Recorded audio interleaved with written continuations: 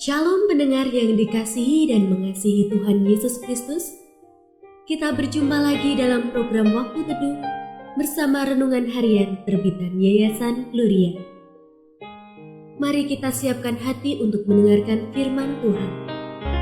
Izinkan Roh Allah memberi kita hikmat agar kita dapat semakin mengenal, mengasihi, dan memuliakan Tuhan setiap hari.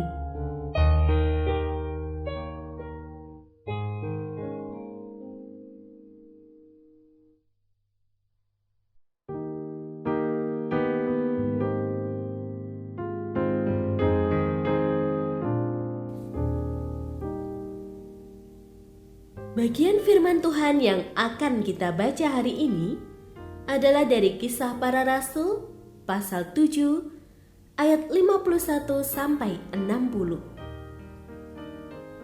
Saya akan membacakan sebagian daripadanya.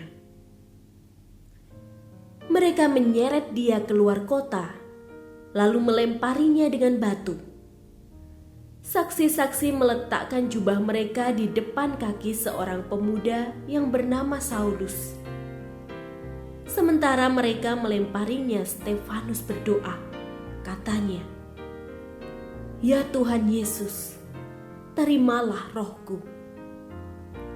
Sambil berlutut ia berseru dengan suara nyaring, "Tuhan, janganlah tanggungkan dosa ini kepada mereka." Sesudah berkata demikian, ia pun meninggal. Pendengar yang mengasihi Tuhan, ayat yang kita renungkan secara khusus hari ini adalah dari Kisah Para Rasul pasal 7 ayat 60. Sambil berlutut ia berseru dengan suara nyaring, "Tuhan, janganlah tanggungkan dosa ini kepada mereka."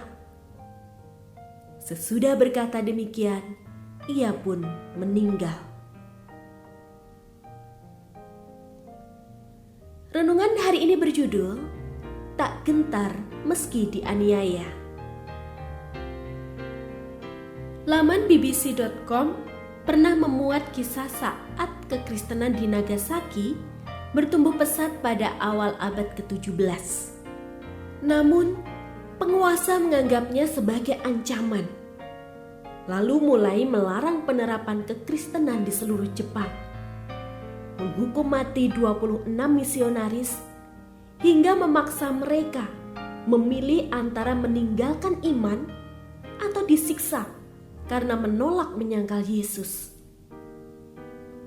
Tujuan utama penyiksaan ini bukan untuk membunuh, tetapi guna mematahkan iman mereka, ucap Profesor Simon Ho, ahli Katolik Jepang di Nagasaki Junshin Catholic University, saat memberi komentar tentang peristiwa kelam ini. Stefanus merupakan contoh martir yang patut diteladani.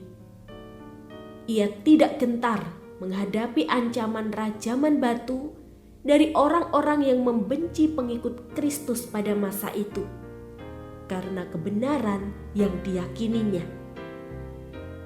Sebelumnya, ia menyatakan pembelaan imannya di hadapan sidang Mahkamah Agama tanpa keraguan sedikit pun. Bahkan menegur para pemuka agama yang disebutnya keras kepala, keras hati dan tuli, bahkan selalu menentang Roh Kudus. Imannya bahkan memampukan Stefanus untuk berseru agar Allah jangan menanggungkan dosa yang orang banyak perbuat terhadap dirinya.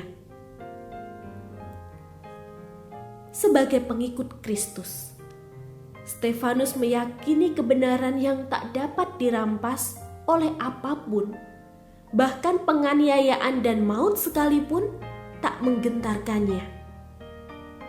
Iman seperti inilah yang bekerja dalam diri para pengikut Kristus di Jepang. Seperti ilustrasi di atas, yang Allah harapkan juga terlihat dalam kehidupan kita. Rindukah kita memiliki iman seperti ini? Dalam iman yang sejati, ada keteguhan hati untuk bertahan sampai akhir hayat.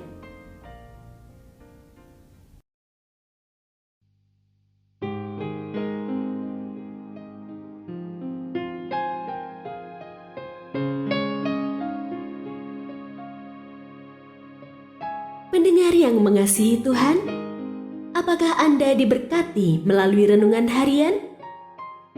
Jadilah berkat dengan mendukung pelayanan kami.